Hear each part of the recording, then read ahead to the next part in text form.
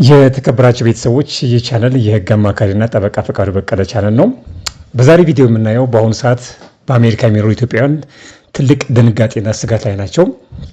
በታህሳስ ወር 2025 ዓ.ም የወጣው አዲስ መመሪያ ለኢትዮጵያውያን ተሰጥቶ የነበረውን ቲፒኤስ ወይም ጊዜያዊ ጥበቃ መብት እንዲያበቃ ወስኗል። ይህ ውሳኔ ምን ማለት ነው?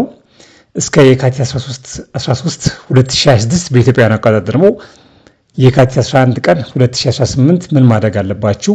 ዛሬ በዝርዝር እናየዋለን። በመጀመሪያ የምናየው የቲፒኤስ መቋረጥና ውጤቱ ነው። በመጀመሪያ የሀገር ውስጥ ደህንነት ሚኒስቴር ዲኤችኤስ ለኢትዮጵያ የነበረው ቲፒኤስ በይፋ እንደሚያበቃ አስታውቋል። ቀኑን ያዙ እንግዲህ የካቲት 13 ቀን 2026 ዓ.ም በኢትዮጵያ እንደማቆጣጠር ደግሞ የካቲት 11 ቀን 2018 ዓ.ም የመጨረሻው ቀን ነው ማለት ነው። ምን ይሆናል? ከዚህ ቀን በኋላ ሌላ የህግ መብት እንደ ግሪን ካርድ ወይም ሌላ ቪዛ የሌላቸው ሰዎች አንዶክመንትድ ወይም ሰነድ አልባ ይሆናሉ።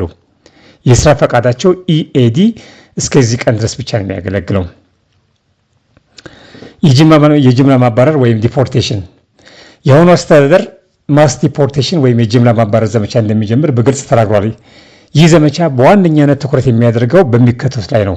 አንደኛ፣ የወንጀል ሪከርድ ያለባቸው ትናንሽ የሚባሉ ወንጀሎች እንኳን በአሁኑ ሰዓት ለስደት መነሻ ሊሆኑ ይችላሉ።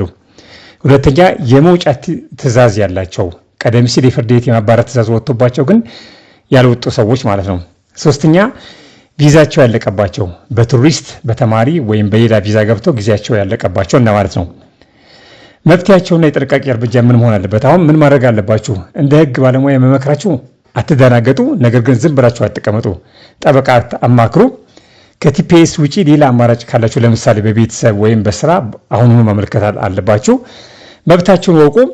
አይሲኢ ወይም ፖሊስ ቤታችሁ ከመጣ በዳኛ የተፈረመ ዋራንት ካላሳዩ በስተቀር የመክፈት ግዴታ የለባችሁም። የመናገር መብት የላችሁም፣ ወይም በእንግሊዝኛ ራይት ሪሜን ሳይለንት። ሰነዶቻችሁን አደራጁ። አስፈላጊ የህግ ወረቀቶችን በአንድ ቦታ አስቀምጡ። ሁኔታው ከባድ ቢሆንም በህግ መታገድ ይቻላል። ጥያቄ ካላችሁ ኮሜንት ላይ አስቀምጡልኝ። ይህ መረጃ ለብዙዎች ህይወት ወሳኝ ስለሆነ ለጓደኞቻችሁና ለቤተሰቦቻችሁ ሼር አድርጉ። ተጨማሪ የህግ መረጃዎችን ለማግኘት ቻናሉን ሰብስክራይብ በማድረጋችሁ እንዳትረሱ። እስከ መጨረሻው ስላዳመጣችሁኝ አመሰግናለሁ።